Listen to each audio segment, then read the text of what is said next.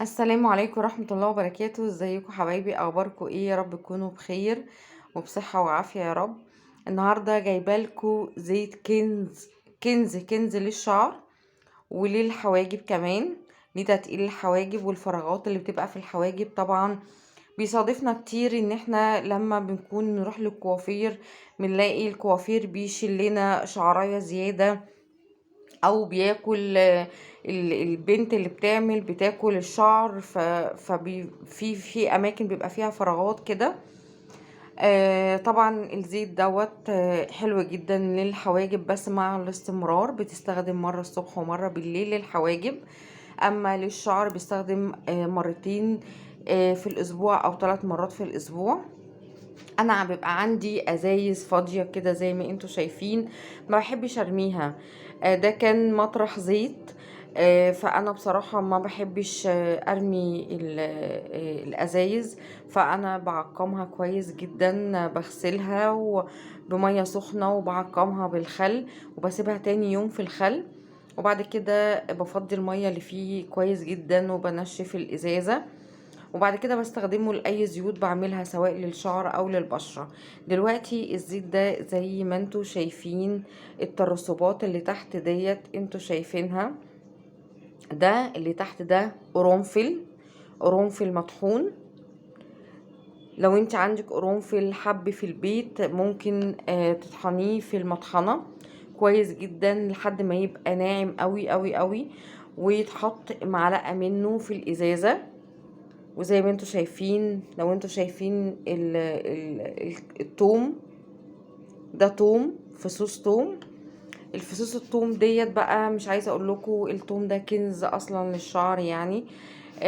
غير ان هو الفوائد بتاعته للجسم وبيرفع المناعه، لا هو كمان التوم كمان للشعر وللفراغات اللي موجوده في الشعر. ده فصوص توم زي ما انتوا شايفين جوه كده.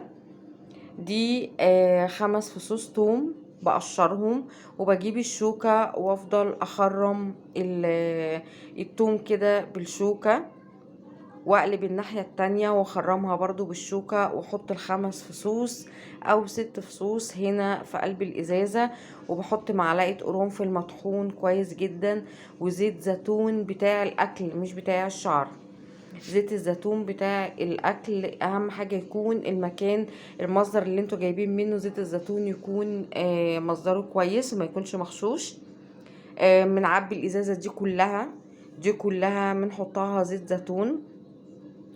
وبنملاها على الاخر، وبنحط طبعا معلقه قرنفل صغيره مطحونه و5 فصوص توم، وبنرج الازازه، بنقفل الازازه ونرج الازازه كويس جدا زي ما انتوا شايفين كده.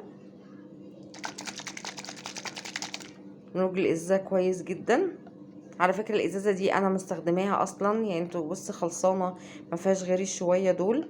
بستخدم حمام زيت 3 مرات في الاسبوع، وبستخدم لبنتي عندها 8 سنين. انا بستخدم لها برضو بس بستخدم لها مرة واحدة في الاسبوع. بقعد لها بيقعد في الشعر ساعة على شعرها، من ساعة لساعتين. وبلف لها شعرها بكيس بلاستيك. تمام، بيتبخر بقى، بتلاقي الكيس البلاستيك مبلول. بعد كده اغسل لها شعرها كويس جدا بالشامبو. اما الكبار ممكن تقعديه لفترة طويلة، عندك من 3 4 ساعات 5 ساعات 6 ساعات، وقت ما تقدري ان انت تقعدي بيه ممكن تقعدي. مش قادرة ان انت تقعدي الوقت ده كله، ممكن كبيرك قوي ساعتين عشان خاطر يعمل مفعول.